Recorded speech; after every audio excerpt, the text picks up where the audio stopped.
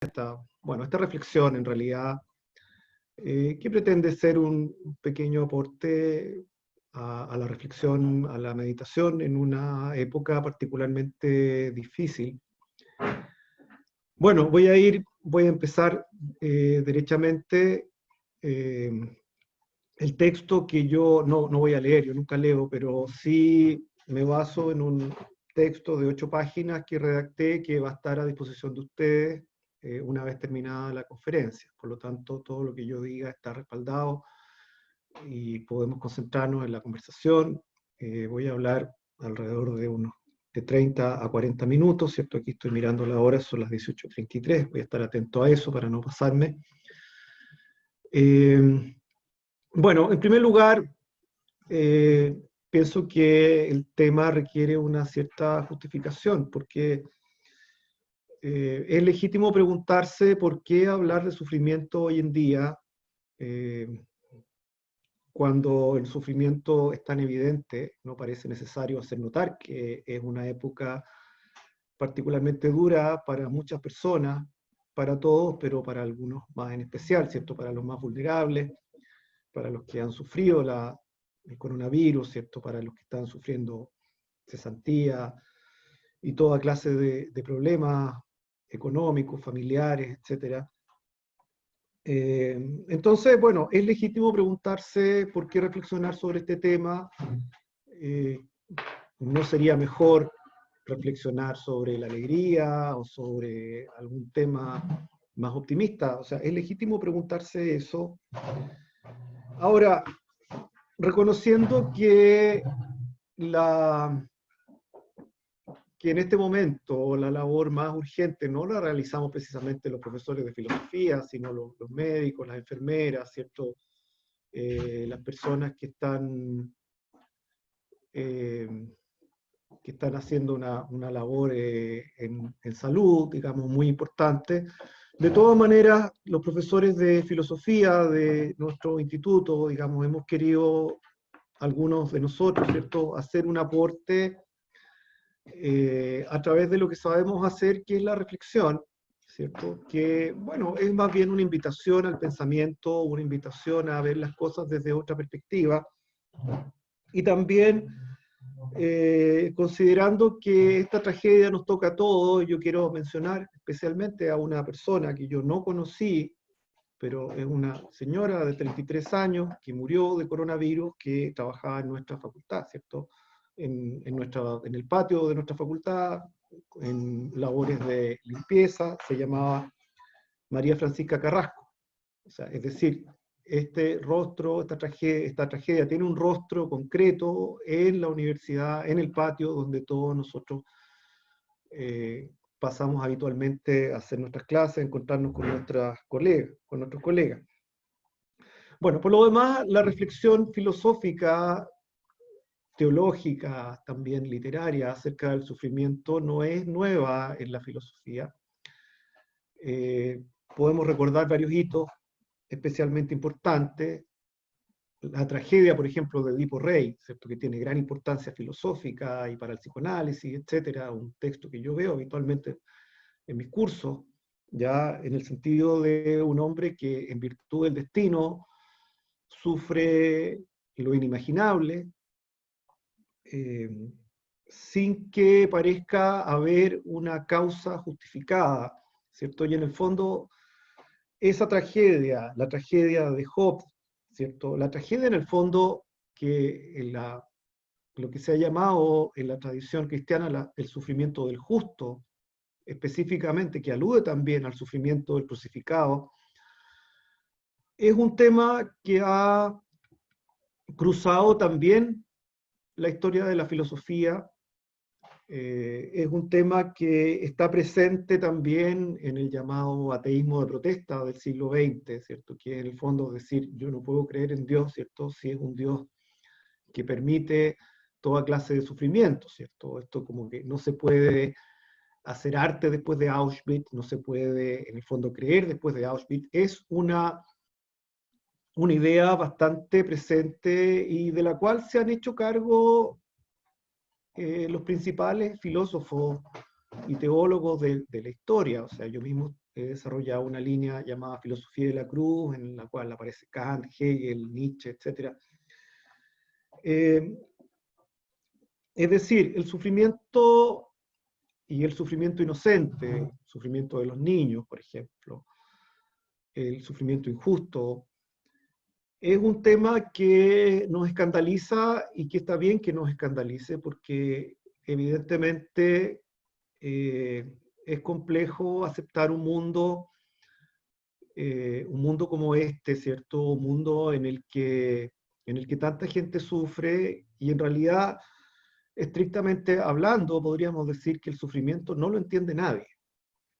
Ya, o sea, yo jamás tendría la pretensión de decirles, bueno, vengan a mi conferencia, ¿cierto? Y yo les voy a explicar por qué la gente sufre, ¿no? No es esa la idea. ¿Ya? Ahora, ¿cómo voy a enfocar esta conferencia? Bueno, como profesor de filosofía, enfocándome en los autores en los cuales yo estoy estudiando actualmente. Uno es Nietzsche y el otro es Dostoyevsky, ¿cierto? Dostoyevsky, que, bueno, es una discusión larga, pero muchos consideramos a Dostoyevsky como un gran filósofo, no solamente un gran escritor. Y son dos filósofos muy proféticos, ¿cierto? Que vieron con mucha anticipación los problemas de la modernidad en la cual todos estamos metidos, digamos, y que además ofrecen dos visiones del sufrimiento contrarias, ¿ya? Dos visiones radicalmente contrapuestas, ¿cierto? Que nos dan el marco para también hacer una reflexión personal, digamos, en base a estos dos autores, pero tengo que decirlo que básicamente lo que voy a hacer es exponer lo que dice Nietzsche sobre el sufrimiento, lo que dice Dostoyevsky sobre el sufrimiento, para después proponer algunas líneas de reflexión finales y si Dios quiere, digamos, empezar un diálogo con algunos de ustedes. ¿Ya? Bueno, bueno, ustedes me imagino que conocen o habrán oído mencionar a Nietzsche, ¿cierto? Friedrich Nietzsche, un filósofo alemán que vivió eh, una vida bastante corta, intensa, entre los años 1844 y 1900, ¿cierto? Un precursor de la filosofía contemporánea. Bueno, a Nietzsche siempre le preocupó el tema del sufrimiento, ya en su primer texto, ¿cierto? El origen de la tragedia, un texto en realidad de estética, propiamente tal.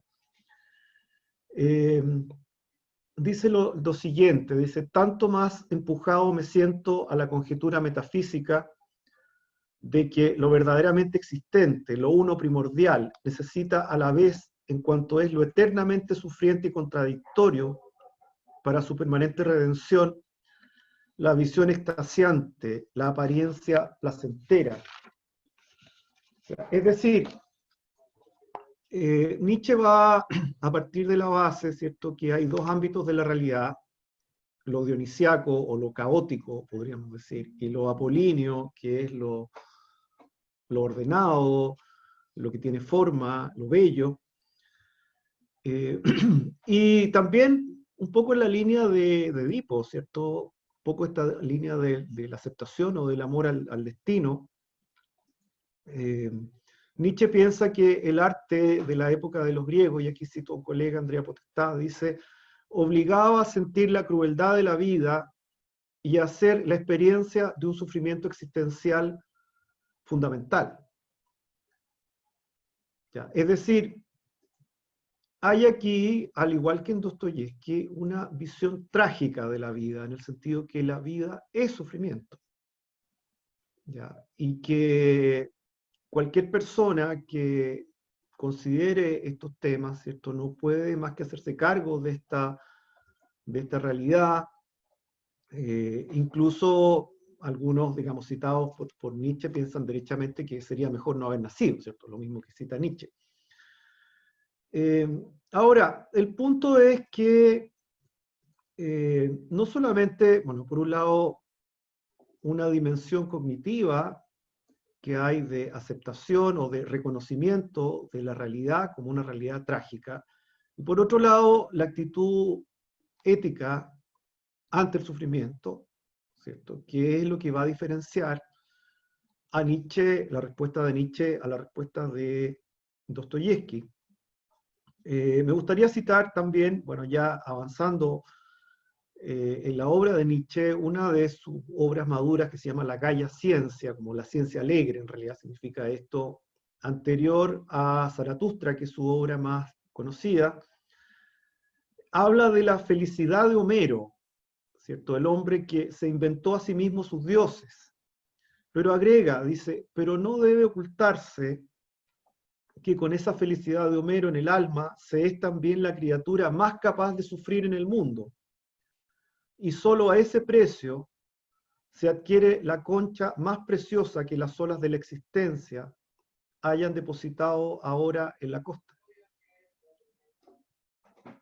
Ya, es decir, eh, hay un reconocimiento de que si bien la vida, digamos, dentro de este espíritu dionisiaco ofrece grandes alegrías, ¿cierto? También ofrece grandes sufrimientos. Ahora, ¿cuál es la actitud ética, no solamente ante el sufrimiento, sino ante la vida misma, ¿cierto? Porque la vida para Nietzsche, y eso está implícito en toda su obra, ¿cierto? La vida es un todo. Es decir, yo no puedo desear una vida distinta, o sea, no puedo desear cambiar un detalle siquiera de mi pasado, porque en el fondo eso sería querer otra vida, no mi vida que está inevitablemente configurada tanto por la alegría como por el sufrimiento. Entonces, de ahí que viene esta conocida idea del eterno retorno, ¿cierto? Que puede interpretarse de varias maneras, pero básicamente alude a la posibilidad de que no solamente mi vida, sino que también el ciclo entero del universo se vuelva a repetir tal cual fue, digamos, ni mejor ni peor. Entonces, se plantea acá una suerte de prueba existencial. Nietzsche, en un famoso pasaje, el famoso parágrafo 341 de La Gaia Ciencia, Nietzsche dice una reflexión existencial por medio de una pregunta formulada por un demonio, que es la siguiente: ¿qué pasaría si tuvieras que vivir de nuevo tu vida incontables veces, con cada dolor y cada placer? ¿No te echarías al suelo y castañetearías los dientes y maldecirías al demonio que así hablaba? ¿O has vivido alguna vez un instante formidable en el que le hubieras respondido: eres un Dios y nunca escuché algo más divino? Si ese pensamiento adquiriera poder sobre ti, te transformaría tal como eres y quizás te destruiría. La pregunta a propósito de todo y de cada cosa: ¿quieres esto otra vez e innumerables veces más? Estaría en tus manos como el peso más grave. O bien, ¿cómo tendrías que quererte a ti y a la vida para no pretender nada más que esa confirmación última, que este último sello?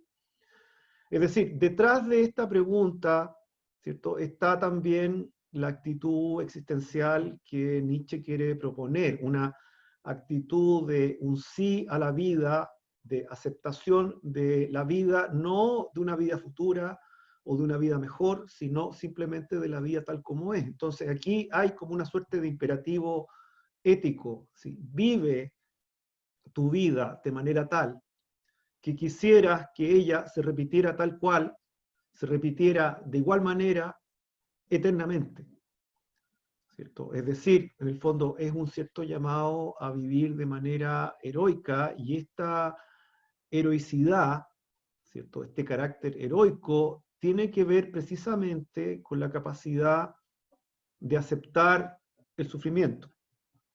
Ya, en la última etapa de su pensamiento, Nietzsche, después de haber desarrollado sus tesis más conocidas, la muerte de Dios, el superhombre, la voluntad de poder, el eterno retorno, plantea una crítica bastante radical en contra del cristianismo, en el sentido siguiente, ¿cierto? Que hay una moral de los señores que tiene que ver con precisamente con una actitud valiente y afirmadora de la vida, como la que tendría un conquistador como Napoleón, frente a la actitud que glorifica la debilidad, que sería la actitud de los cristianos. ¿Ya? O sea, los cristianos serían los que profesan una moral de los esclavos frente a la moral de los señores, ¿cierto? Entonces, en este contexto, ¿cierto?, aparece esta idea tan importante, ¿cierto?, que dice lo siguiente: la transvaloración de todos los valores tiene lugar bajo el signo de la Sagrada Cruz. Esa paradoja escalofriante de un Dios en la cruz, ese misterio de una crueldad extrema, única, inimaginable, de la autocrucifixión de Dios para salvar al hombre. Es decir, como yo he sostenido, digamos, en varios trabajos, la cruz de Cristo, ¿cierto?, contrariamente a lo que uno pudiera pensar, ocupa un lugar bastante importante en la filosofía, de Kant, de Hegel, de Nietzsche, etc. Y en el fondo la filosofía o los filósofos se dividen un poco, se dividen frente a la realidad, esta, como dice San Pablo, ¿cierto?, la locura de la cruz. Y Nietzsche considera escandaloso, ¿cierto?, y absolutamente equivocado, y propio de una moral de los débiles, el hecho de que los judíos hayan desarrollado un Dios, ¿cierto?, porque para él fueron los judíos los que lo desarrollaron, ¿cierto?, específicamente Pablo, que hayan creído en un Dios que se identifica con los débiles, ¿ya?, con los que sufren, con los humillados y ofendidos, ¿cierto? Eso no es digno de Dios para Nietzsche. O sea, ¿cómo debería ser un Dios? Debería ser fuerte, debería ser conquistador. O sea, por eso Nietzsche dice: todo mi respeto para el Dios del Antiguo Testamento. En cambio, todo su desprecio para la cruz de Cristo, ¿cierto? Todo su desprecio para los cristianos porque glorifican la debilidad.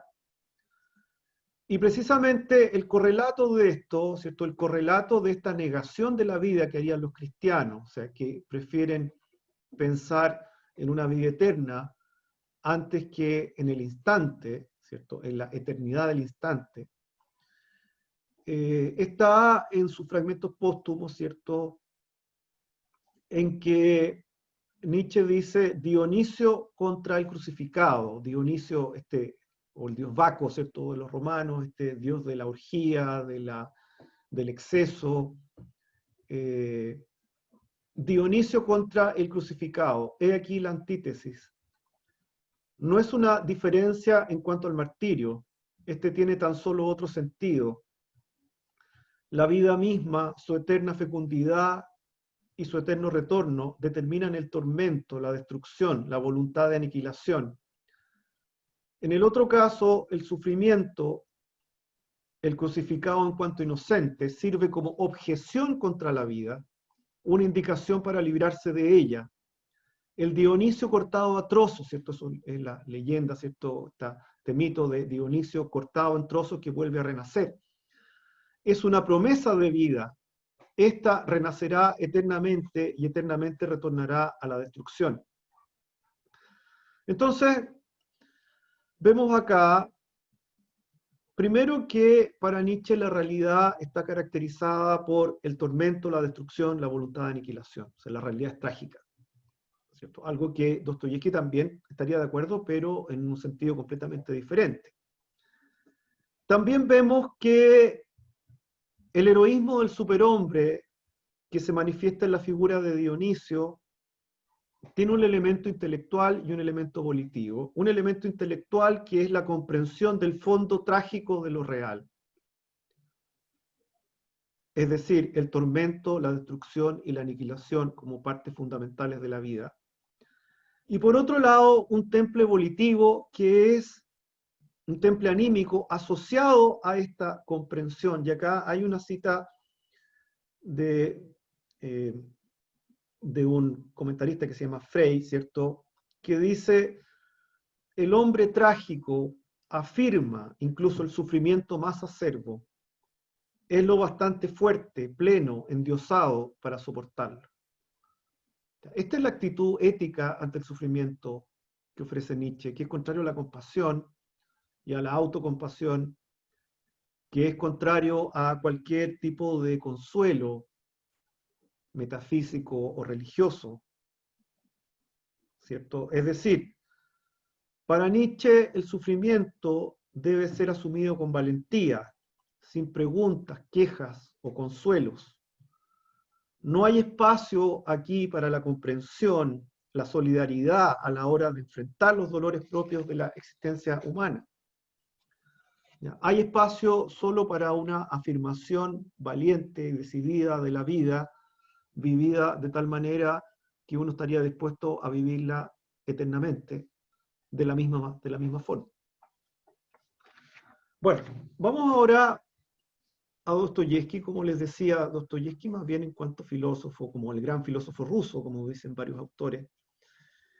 Bueno, cualquiera que esté familiarizado con la lectura de Dostoyevsky, ¿cierto?, sabrá o se acordará que Dostoyevsky es un maestro, un psicólogo, como le dice el mismo Nietzsche, ¿cierto? Nietzsche lo reconoce como un psicólogo, que es un gran honor, porque Nietzsche él mismo se considera un psicólogo, ¿cierto? Lo reconoce como un psicólogo por su penetración, digamos, anímica, intelectual en las personas, que es extraordinaria, ¿cierto? Nos encontramos con personajes entrañables como, bueno, Sonia Raskolnikov de Crimen y Castigo, ¿cierto? El príncipe Miskin de El Idiota, los hermanos Karamazov, etc.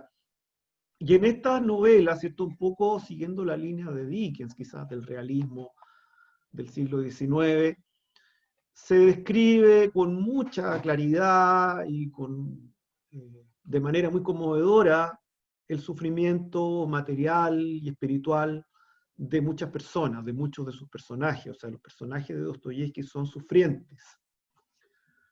Ya como señala un autor, Pareison, ¿cierto?, un autor italiano muy destacado, dice: Dostoyevsky se encuentra inspirado por una concepción trágica de la vida que une en robusta síntesis una profunda religiosidad, un vivo sentido de la naturaleza y de la tierra, una vigorosa conciencia de la realidad del mal y de la fuerza redentora del dolor, y la convicción de que el hombre realiza con plenitud sus propias posibilidades solamente si no anhela sustituir a Dios y reconocer la trascendencia.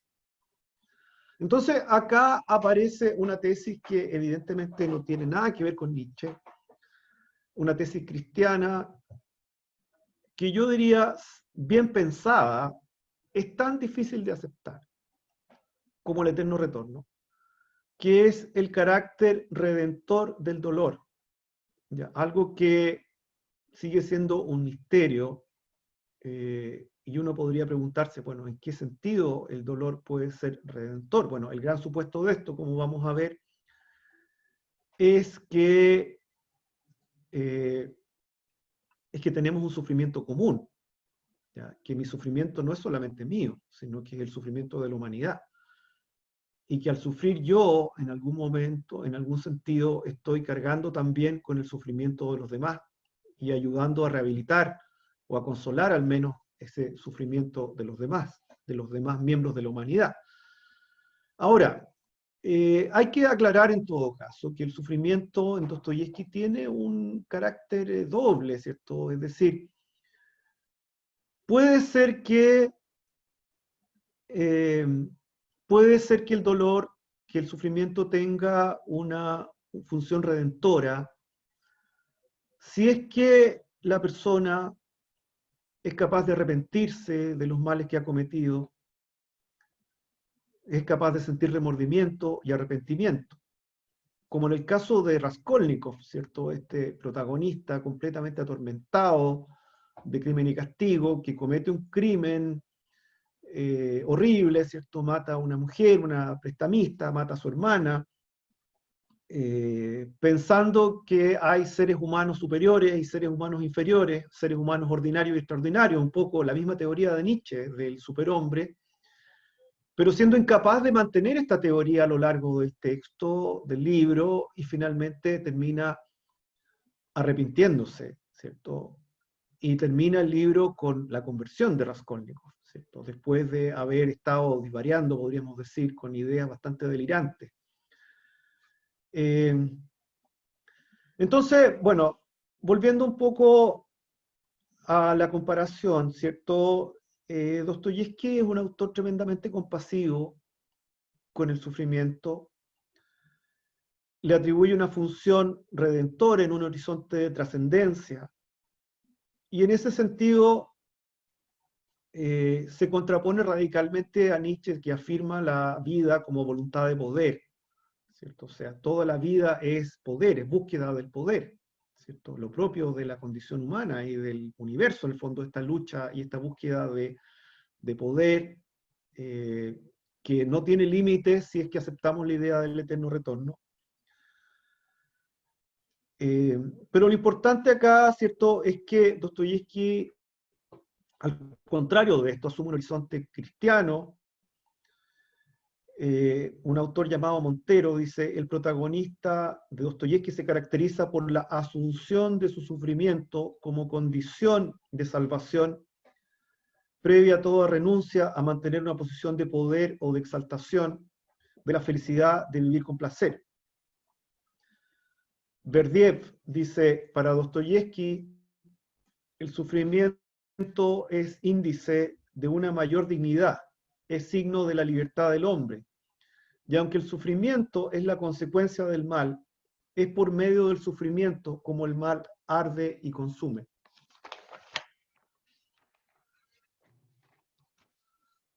Bueno, como decía, ya Dostoyevski había planteado, en el fondo, había anticipado la tesis de la diferencia entre la moral de los señores y la moral de los esclavos, ¿cierto? Como aparece en Nietzsche, ¿cierto?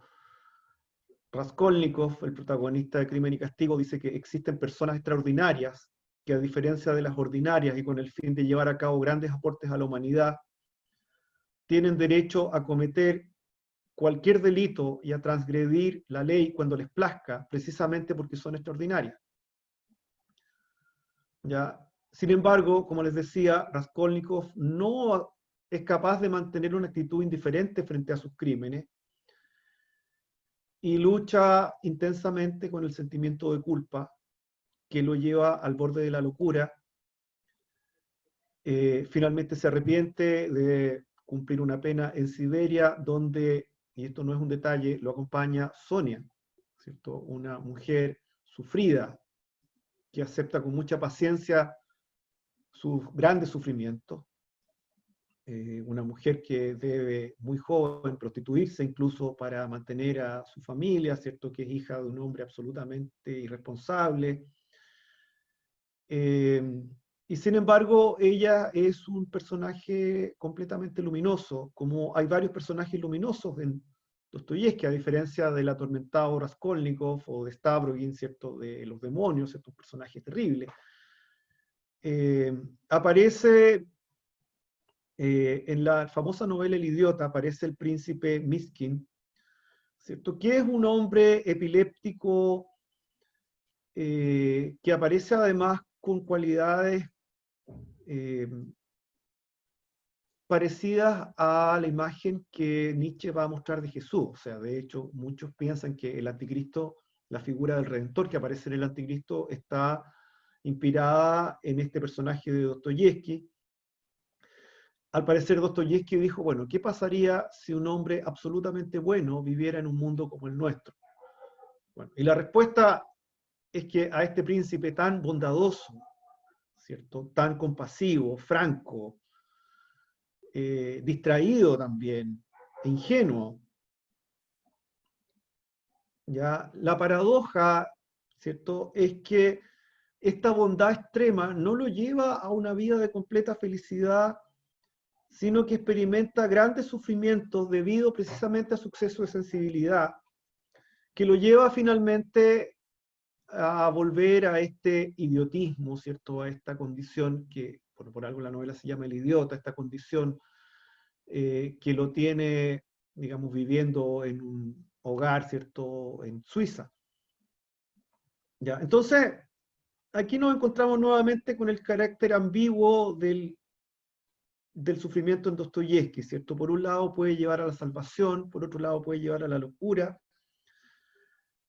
Ahora, ¿qué tan cristiano es esto? ¿O qué tanto depende de la aceptación del Evangelio?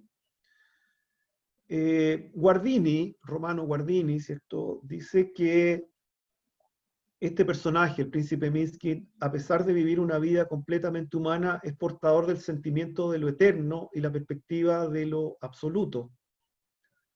Y por eso su actuar se vuelve incomprensible. Produce escándalo, el mismo escándalo que aparece que produjo Jesús en la gente de su época. Hay otro personaje que es Alyosha Karamazov, ¿cierto? Que es como la continuación en algún sentido de Minsky. Otro hombre bueno, muy apasionado, ¿cierto? Como todos los Karamazov. El menor de los Karamazov, ¿cierto? Su maestro, él quería ser monje, pero su maestro, el Starets Zosima, dice, lo destina, y esto dice literalmente en el libro, dice, solo vivir en el mundo, casarse y buscar la felicidad en el dolor. Como dice Galimberti, la piedad extrema de Miskin se transforma para la existencia de Alyosha en vocación crística destinada originariamente por el dolor a la alegría. Ahora, hay un pasaje particularmente importante para los efectos de esta conferencia, ¿cierto? Que es la famosa discusión que tiene Alyosha con su hermano Iván, que dice que el hombre ha inventado a Dios. Iván dice esto, el hombre ha inventado a Dios. Y le sorprende que semejante idea haya podido meterse en la cabeza de un animal tan fiero y maligno como es el hombre. Después de esto, Iván Karamazov, antes también de la famosa parábola del gran inquisidor, ¿cierto?, da una serie de ejemplos sumamente brutales de crueldad, ¿cierto? Padres que maltratan a sus hijos pequeños, también el caso de un dueño, o sea, había servidumbre en algún momento en Rusia, un señor, ¿cierto?, que hace que un niño sea asesinado por los perros, ¿cierto?, de caza. Bueno, una serie de crueldades infinitas, de crueldades enormes, ¿cierto? Entonces, eso lleva a Iván Karamazov a decir que si el precio de la salvación o de la redención es el sufrimiento inocente, él está dispuesto a devolver su entrada al cielo.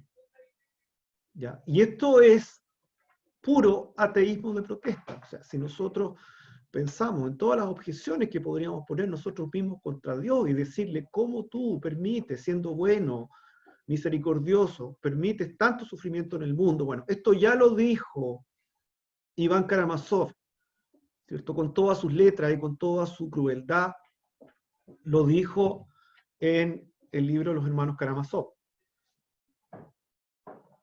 Ahora, ¿cuál es la respuesta de Alyosha respecto a los argumentos de Iván? Él dice, respecto a esta tesis, dice, no puedo admitirla. Hermano, has preguntado hace un momento, ¿existe en todo el mundo un ser que pueda perdonar y que tenga derecho a hacerlo? Pues bien, ese ser existe y puede perdonarlo todo a todos y por todo, porque Él mismo ha dado su sangre inocente por todos y por todo.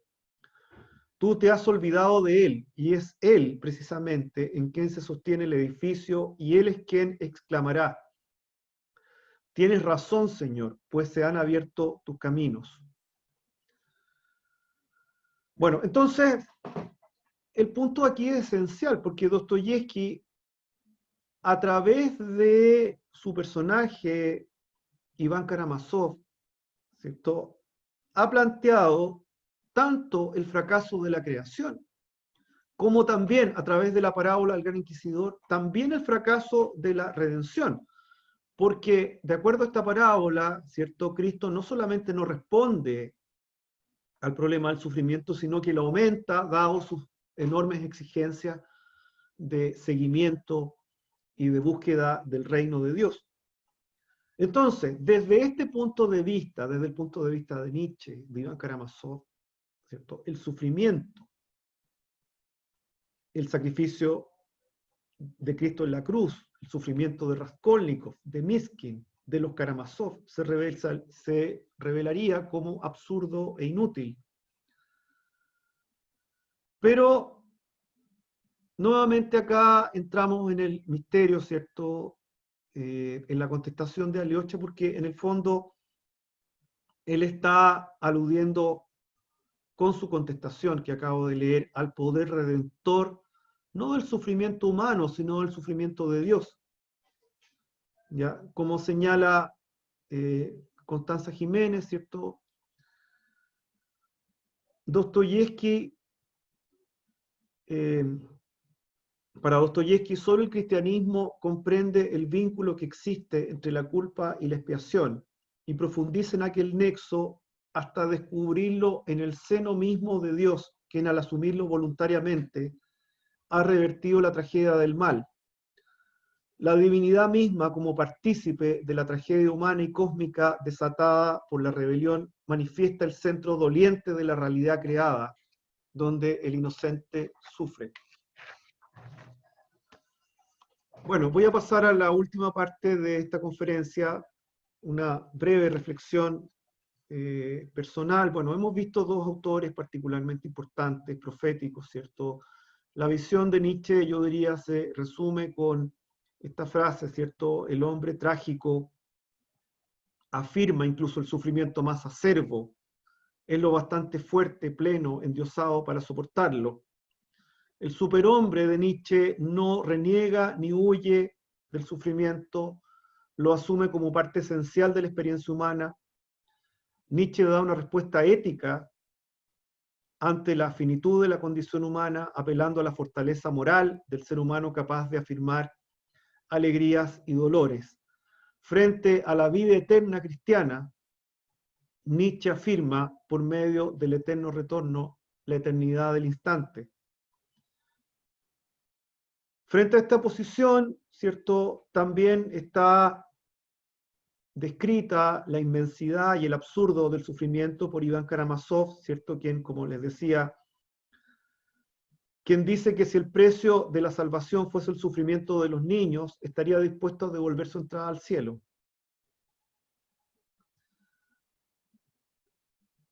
Sin embargo, Dostoyevsky asume una visión cristiana del sufrimiento, o sea, asume una visión trágica de la vida, pero también una visión cristiana del sufrimiento y le otorga una función redentora.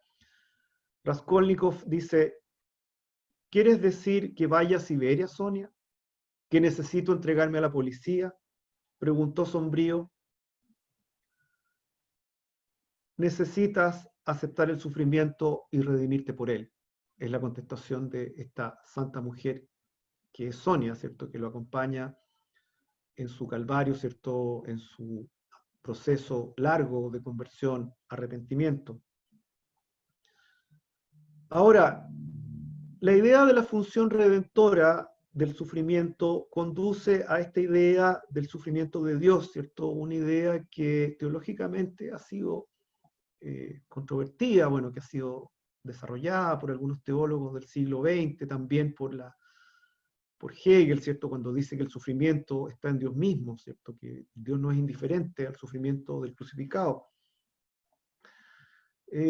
Tomando un texto de Pareyson, dice, ¿de dónde proviene el poder del dolor?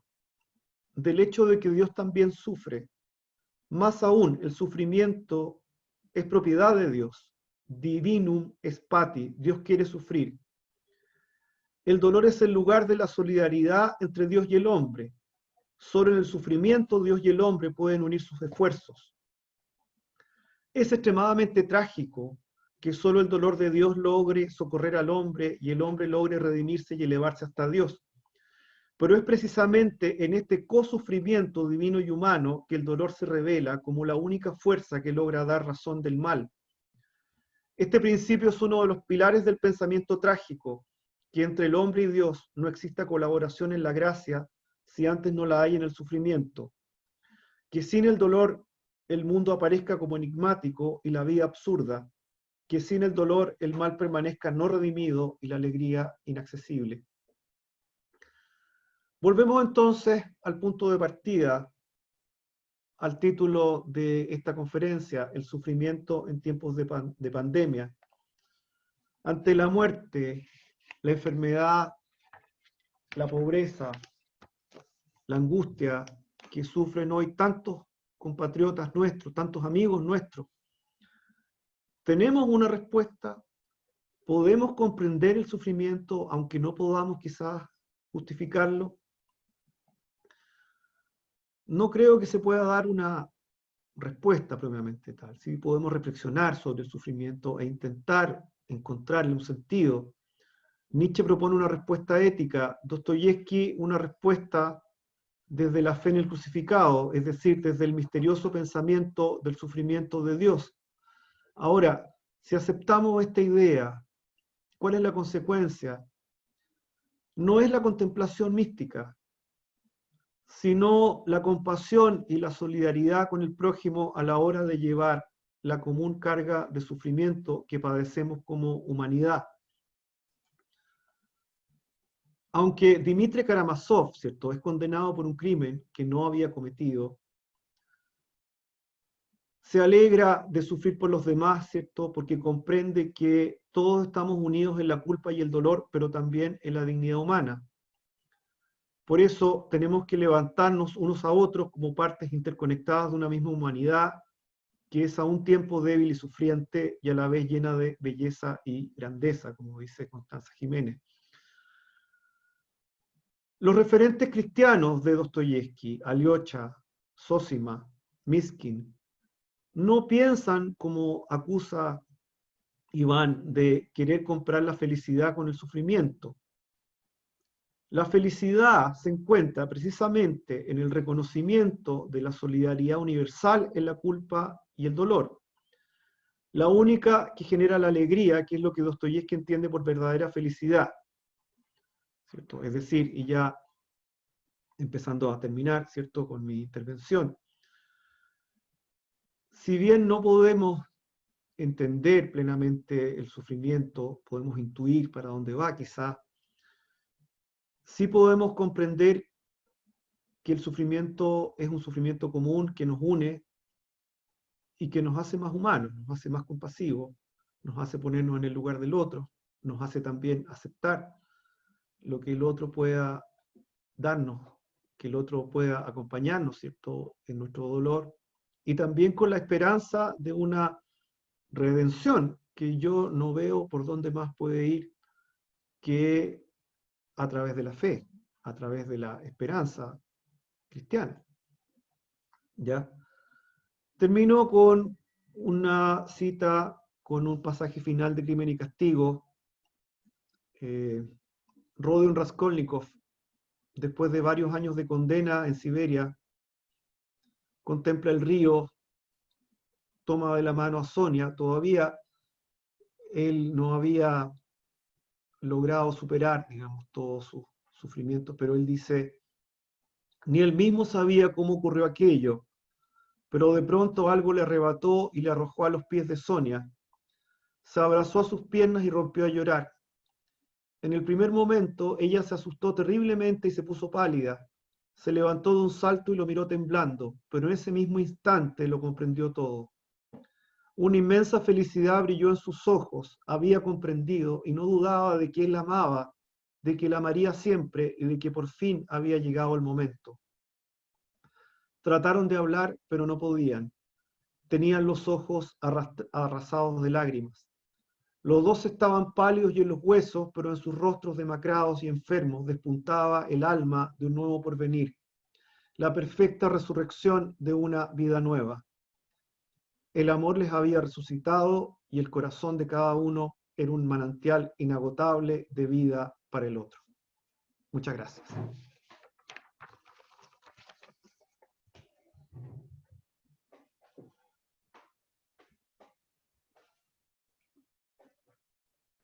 Muchas gracias, Miguel, por tus palabras, por compartir con nosotros tus reflexiones en torno a este tema tan interesante y que nos ha congregado todos esta tarde.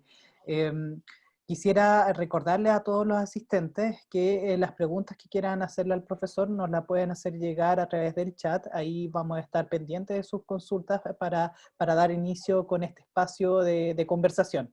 Antes de cualquier cosa, además les recuerdo, en el mismo chat van a poder ver un link con una encuesta de sus impresiones respecto a esta experiencia, a modo de nosotros poder obtener ese feedback y poder mejorar este tipo de actividades para todos ustedes.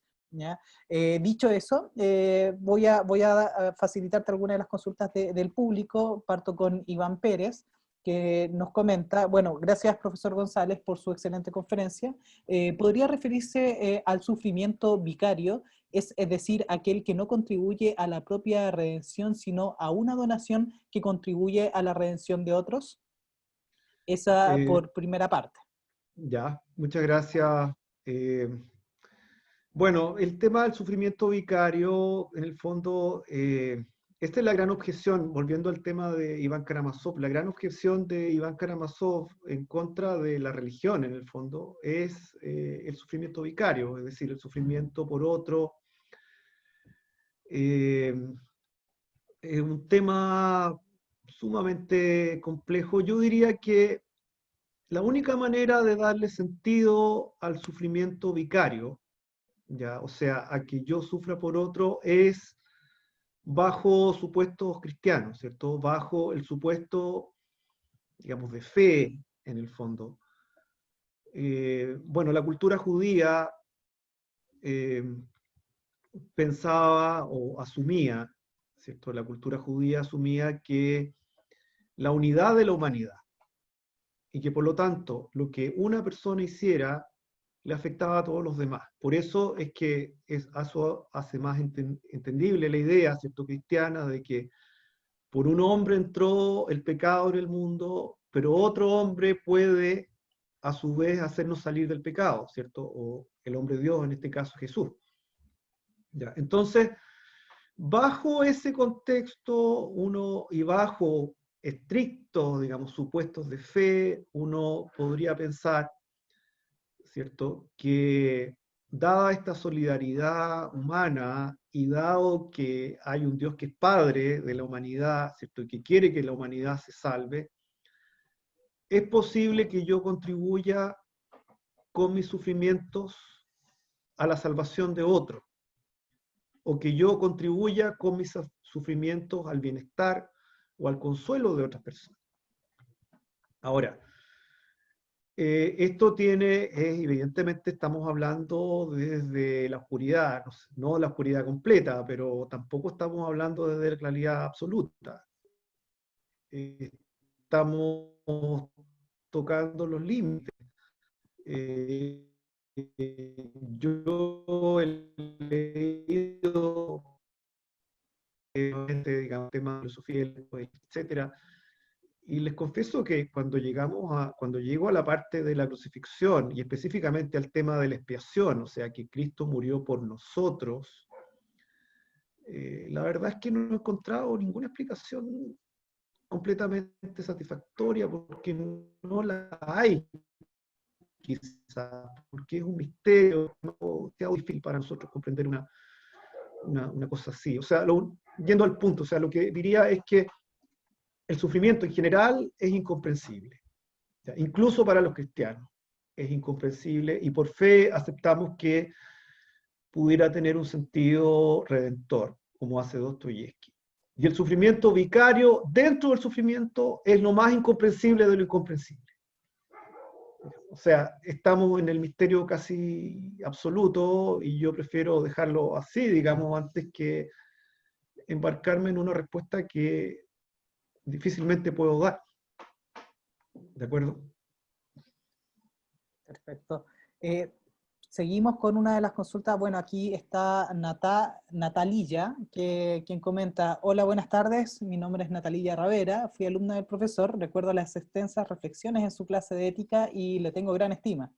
Quisiera hacer una pregunta al respecto a lo que plantea Nietzsche sobre aceptar el sufrimiento con valentía, sin dejar espacio para la queja, compasión, solidaridad, en fin. Siento que esa misma afirmación deja entrever la posibilidad de no afrontar el sufrimiento. Entonces eso me lleva a preguntarme por qué se asocia el sufrimiento con la decisión de vivirlo o no, y a partir de este juzgar si queremos volver a tener vida o no. ¿Por qué no de facto asumimos lo que Nietzsche dice que se debe hacer ante este? Aunque quizás parezca obvio que es porque nadie quiere sufrir, creo que vale la pena hacernos la pregunta de por qué es así. Eso mismo me hace caer en la segunda pregunta, digo, ¿hasta qué punto lo que hacemos en nuestra vida es para evitar el sufrimiento y cuánto de ello carece de sentido si el sufrimiento sigue, por decirlo así, sus propias reglas? Bueno, primero un saludo para mi querida exalumna Natalia, me acuerdo perfectamente de ella. Eh, bueno, eh, a ver, lo que pasa es que no es que Nietzsche quiera... eh, a ver, esto se puede confundir con un voluntarismo, que en gran medida lo es, ¿cierto? Eh, no es que Nietzsche él invente que la vida es trágica, digamos. O sea, para él es una constatación filosófica, ¿cierto? O sea, él desde el primer escrito, desde el origen de la tragedia hasta los fragmentos póstumos, sigue afirmando que la vida es trágica. ¿Ya? En el sentido, bueno, ¿qué entendemos por trágico? Eh, como lo entendían los griegos quizás, o sea, lo trágico es lo que no tiene redención, ¿cierto? Es el sufrimiento que no tiene una salida, que no conduce a nada, ¿cierto? Que simplemente hay que aceptar. Entonces, en ese sentido, la respuesta de Nietzsche, ¿cierto? Tiene que ver con esta moral de los señores, ¿cierto? Porque obviamente no es la única alternativa. O sea, Nietzsche es muy crítico de los alemanes de su época, los burgueses de su época, en el fondo, que él dice, irónicamente, quieren un pequeño placer de día, un pequeño placer de noche, pero cuidan la salud. O sea, como dice Zaratustra. Es decir, hay una manera de vivir la vida que es dándole la espalda al sufrimiento, no asumir esta condición trágica de la existencia y conformarse con pequeños placeres, digamos, o sea, y en esto siempre yo les digo a mis estudiantes que es como ser como Homero Simpson, ¿cierto? Conformarse con cerveza y con donas y ser feliz con eso. En cambio, Nietzsche desprecia, desprecia esa actitud que es la que él considera normal, ¿cierto? En la Alemania de su época, o sea, Nietzsche está muy lejos de glorificar a los alemanes. De hecho, piensa que la raza aria está extinguida. En fin, bueno, ese es otro tema, pero el punto es que Nietzsche eh, tiene una suerte de revelación, digamos, que es el eterno retorno. O sea, él lo vive como una epifanía, como una revelación, y que es en el fondo comprender, y ahí está también la gran pregunta, si es una metáfora o no, o si literalmente Nietzsche creía en esto, ¿cierto? Que la vida se iba a volver a repetir tal cual, digamos. O sea, que el eterno retorno consiste en que hay lo que Nietzsche llama un gran año del ser, en que toda la historia de la humanidad se va a volver a repetir. Entonces, frente a esto, la pregunta es, bueno, ¿cómo quiero vivir mi vida? O sea, ¿cómo incluso este mismo momento que estamos viviendo ahora, cómo quiero vivirlo? O sea, ¿quiero decir alguna tontera o quiero decir o quiero dar un mensaje o ayudar en un momento difícil? Bueno, entonces la pregunta es, bueno, lo que haga hoy día es lo que va a pasar eternamente. O sea, esa es la idea de Nietzsche. O sea, si hoy día yo fuese capaz de dar una gran conferencia, soy yo eternamente dando una gran conferencia. Si Napoleón conquista Europa, es Napoleón eternamente conquistando Europa, no Napoleón una vez conquistando Europa, sino eternamente. Entonces, hay una suerte de ideal romántico acá, ¿cierto? De vivir la vida heroicamente. ¿Ya? Como Napoleón, como la nobleza vikinga, como los romanos, en vez de vivirla quejándose, en vez de vivirla, ¿cierto?, autocompadeciéndose, en vez de optar por una religión de los débiles y de los cansados, que sería el cristianismo. ¿Ya? Espero haber respondido la pregunta. Gracias. Perfecto, mira, aquí tenemos a Verónica Díaz Salamanca, quien nos comenta: Iván Karamazov menciona que Dios es invento del hombre, al igual que Feuerbach. Disculpe que envié la pregunta ahorita, pero se le había ocurrido justo en ese momento. Entonces, esa es la pregunta que nos hace Verónica Díaz desde el chat. A ver, que Iván Karamazov inventó a Dios y, ¿qué más? Perdón, Sí, no lo entendí. Iván Karamazov menciona que Dios es invento del hombre, al igual que Sí. Feuerbach. Esa es la consulta que le suscita. No ubico la verdad a Soripach, lamentablemente. Pero sí, sí, Iván Karamazov, bueno, es un ateísmo bien curioso el de Iván Karamazov. Ya, no es un ateísmo rabioso. Hoy día precisamente estaba leyendo sobre eso. No es un ateísmo mucho más sutil en el fondo. ¿Ya? ¿En qué sentido? Que no es un enemigo de la religión propiamente tal, sino que él lleva a la religión a sus últimas consecuencias, o sea, su visión de la religión hasta las últimas consecuencias, y un poco es la crítica que yo llamaba ateísmo de protesta, que es parte del siguiente razonamiento, ¿cierto? O sea, nosotros decimos que Dios es bueno y es omnipotente, o sea, lo puede todo y además es bondadoso. Entonces, frente al gran sufrimiento, por ejemplo, Auschwitz, ¿cierto? El campo de concentración, hay dos alternativas, dice este razonamiento, ¿cierto? O sea, si Dios permitió Auschwitz, entonces puede ser omnipotente, pero no es bueno. En cambio, si Dios no pudo evitarlo, entonces puede ser bueno, pero no omnipotente. Por lo tanto, Dios no existe, ¿cierto? Porque no puede haber un ser que a la vez sea omnipotente y bueno. O sea, ese es el razonamiento que yo diría que está detrás de Iván Karamazov. Ahora, frente a eso, Dostoyevsky y el cristianismo en general eh, plantean que en el fondo no es que Dios no pueda evitar el sufrimiento, sino que el sufrimiento es una consecuencia de la libertad humana, ¿cierto? Que la libertad necesariamente va a llevar al sufrimiento y que al contrario, Dios quiere acompañar hasta el final al hombre, ¿cierto? A su hijo, ¿cierto? En el sufrimiento al punto de reemplazarlo en su sufrimiento, de sustituirlo en su sufrimiento.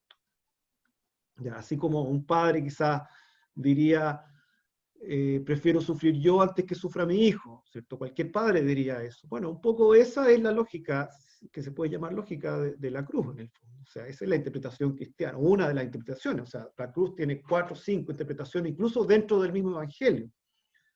Ya, no es que haya una pura interpretación. Ya, se habla de la expiación por un lado, de la solidaridad por otro, algunas teologías eh, enfatizan más una, otras enfatizan más otra, otros dicen que no puede ser sino las dos juntas, bueno, en fin. Perfecto. Por otro lado, acá tenemos a Camilo Chenone, que consulta: ¿cómo se puede llegar a entender entonces el sufrimiento desde la perspectiva ascética, especialmente de las filosofías orientales, como por ejemplo el budismo, de acuerdo a lo que tú conoces, Miguel? Mira, no soy un gran experto en el budismo, yo lo que tengo entendido, y podría corregirme alguien si es que me equivoco, ¿cierto?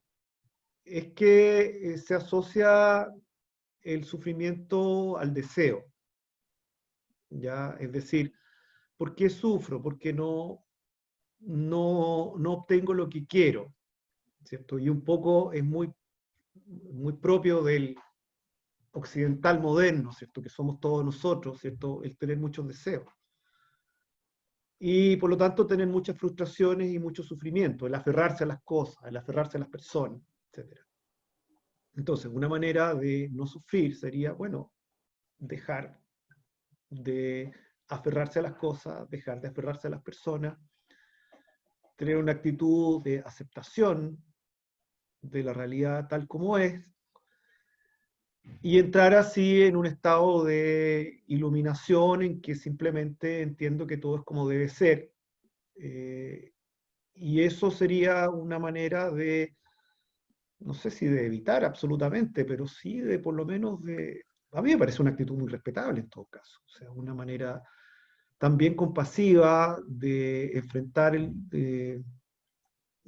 el sufrimiento, el cultivo de la compasión por un lado, pero también la aceptación de que el universo es así en el fondo, de que y, que hay un equilibrio, que ese equilibrio también requiere del sufrimiento.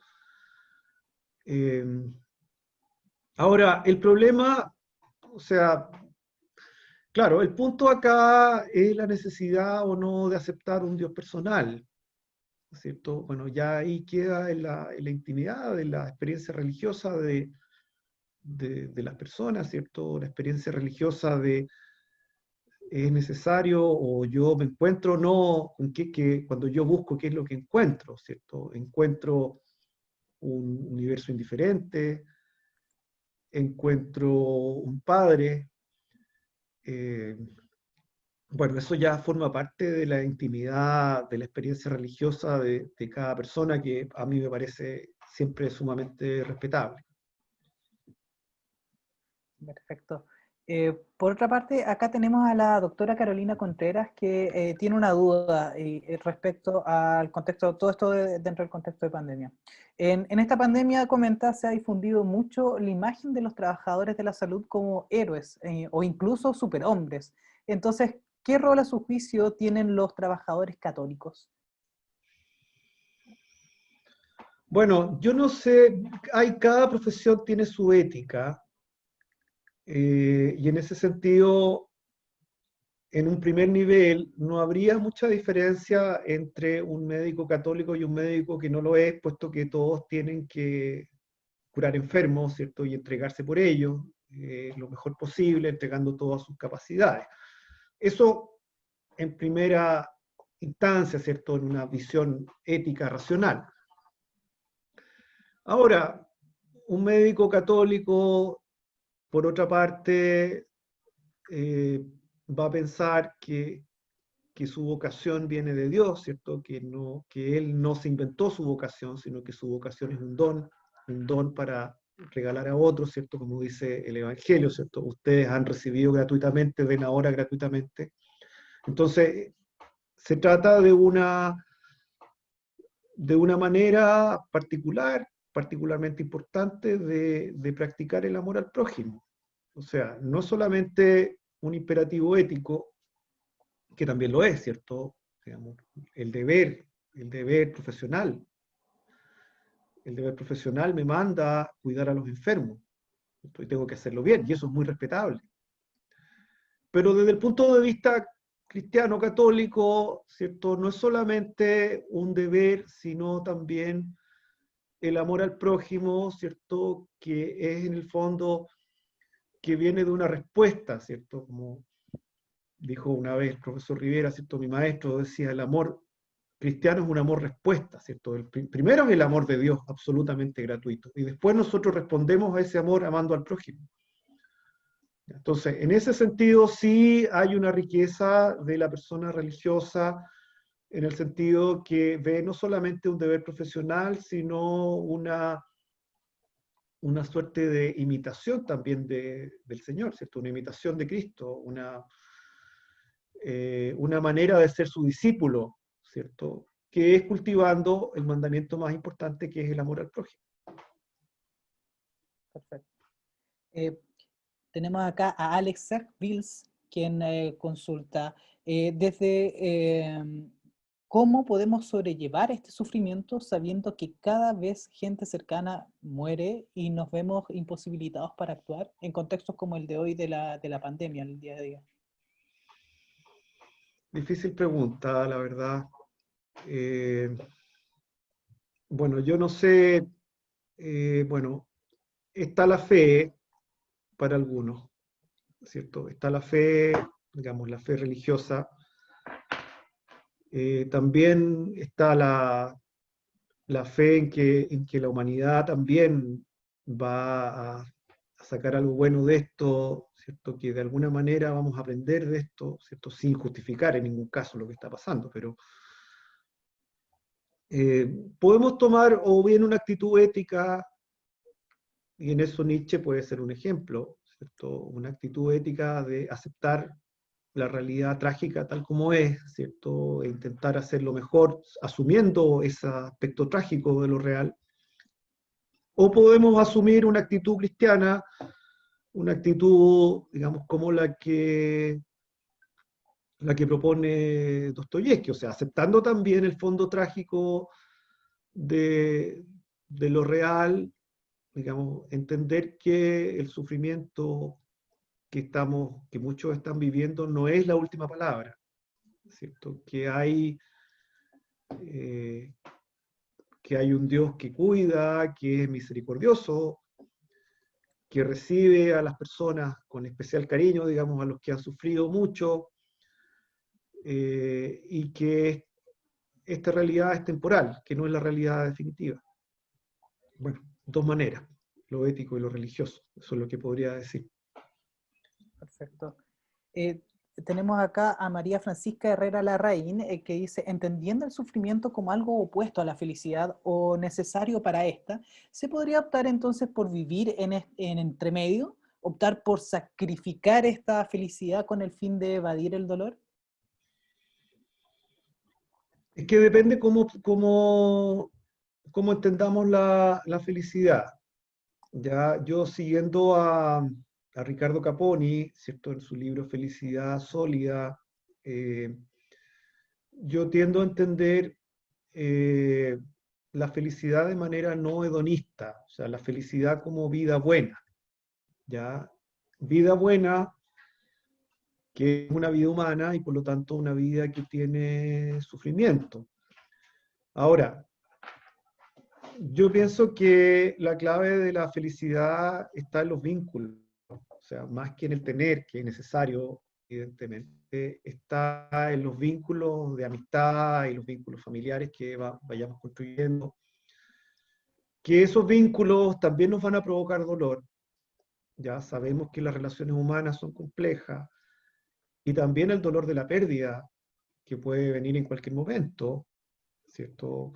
Si pensamos en nuestros abuelos, nuestros padres, incluso las personas, nuestros amigos, ¿cierto? Somos finitos, somos frágiles. ¿Ya? Entonces, en ese sentido, yo creo que felicidad, entendida como vida buena, y sufrimiento no son incompatibles, pero también habría que decir que ningún sufrimiento es tan terrible que no se pueda salir adelante si uno tiene la convicción de estar acompañado, o sea, de estar acompañado por las personas que uno quiere, y también para el caso de las personas religiosas, de estar acompañados permanentemente por la misericordia de Dios, del Padre Dios.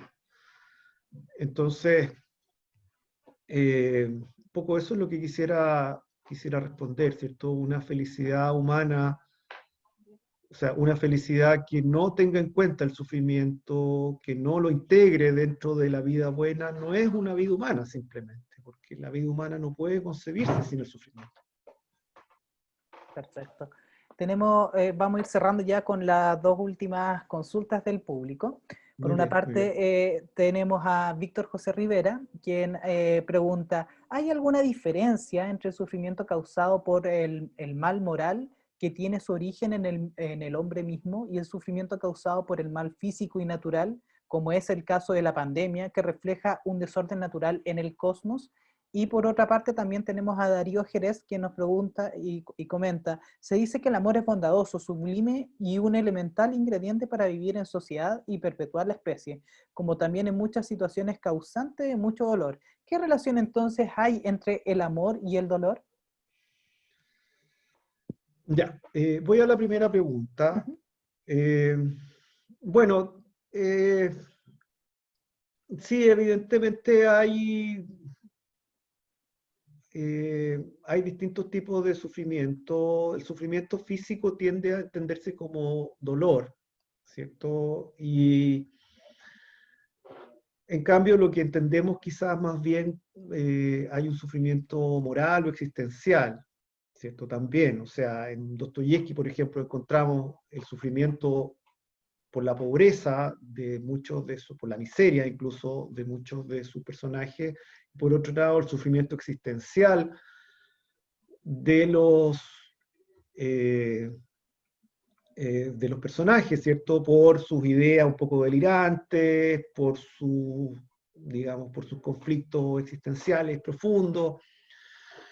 Ahora, yo creo que quizá el dolor, ahora, yo no sé si el dolor del coronavirus sea solamente un dolor físico, ¿cierto? Quizá en algún sentido este dolor físico uno lo pueda aceptar como parte de la finitud, de la condición humana, ¿cierto? Como parte de la humanidad que es débil y frágil. En cambio, quizá el sufrimiento moral o el sufrimiento que produce la injusticia más bien produce rebeldía, que también en algún sentido es sano, pero es difícil dar receta o es difícil decir que un sufrimiento es peor que otro. Cada uno tiene su carga, digamos, cada uno tiene algo que le duele, cada uno sufre a su manera, eh, algunos por su pobreza, otros por su riqueza, ¿cierto? Algunos por su salud, otros por su enfermedad, algunos, bueno, en fin, podríamos seguir. Eh, entonces, en ese sentido, yo no me atrevería a decir que alguien sufre más que otro o un dolor es peor que otro, porque también depende mucho de cómo la persona lo viva. Para alguien un sufrimiento puede ser terrible, pero para otro el mismo sufrimiento puede no significar tanto.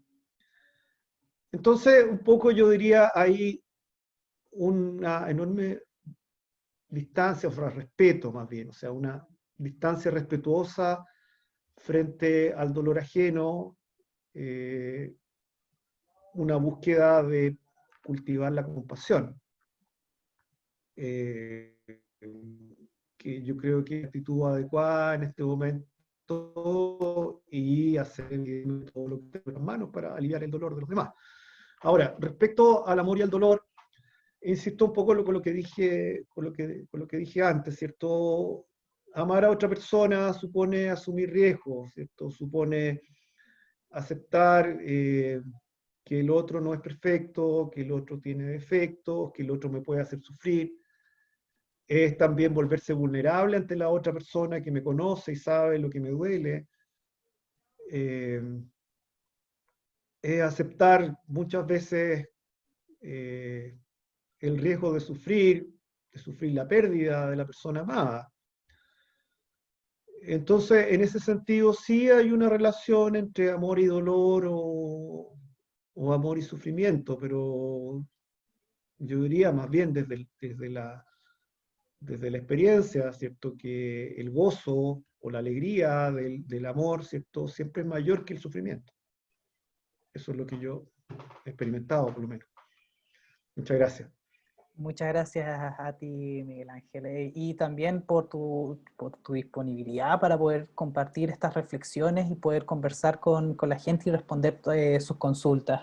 Desde ya que estamos invitándolos a todos ustedes a seguir pendientes de las actividades que estamos desarrollando en el Instituto de Filosofía UC, puntualmente la próxima charla que vamos a realizar este 8 de julio, que va a ser sobre salud y economía en pandemia, que la va a dictar el profesor Fernando Arancibia del mismo Instituto de Filosofía UC. Y con eso volvemos a agradecerte, Miguel Ángel, por tu tiempo, por tu disponibilidad y por tu atención con nosotros. Muchas gracias a ustedes y a todos los que han tenido la paciencia de escucharme. Espero que sea un pequeño aporte, digamos, a la reflexión que cada uno de nosotros tenemos en estos tiempos difíciles. Así que bueno, muchas gracias, un abrazo para todos. Hasta luego. Gracias. Hasta luego.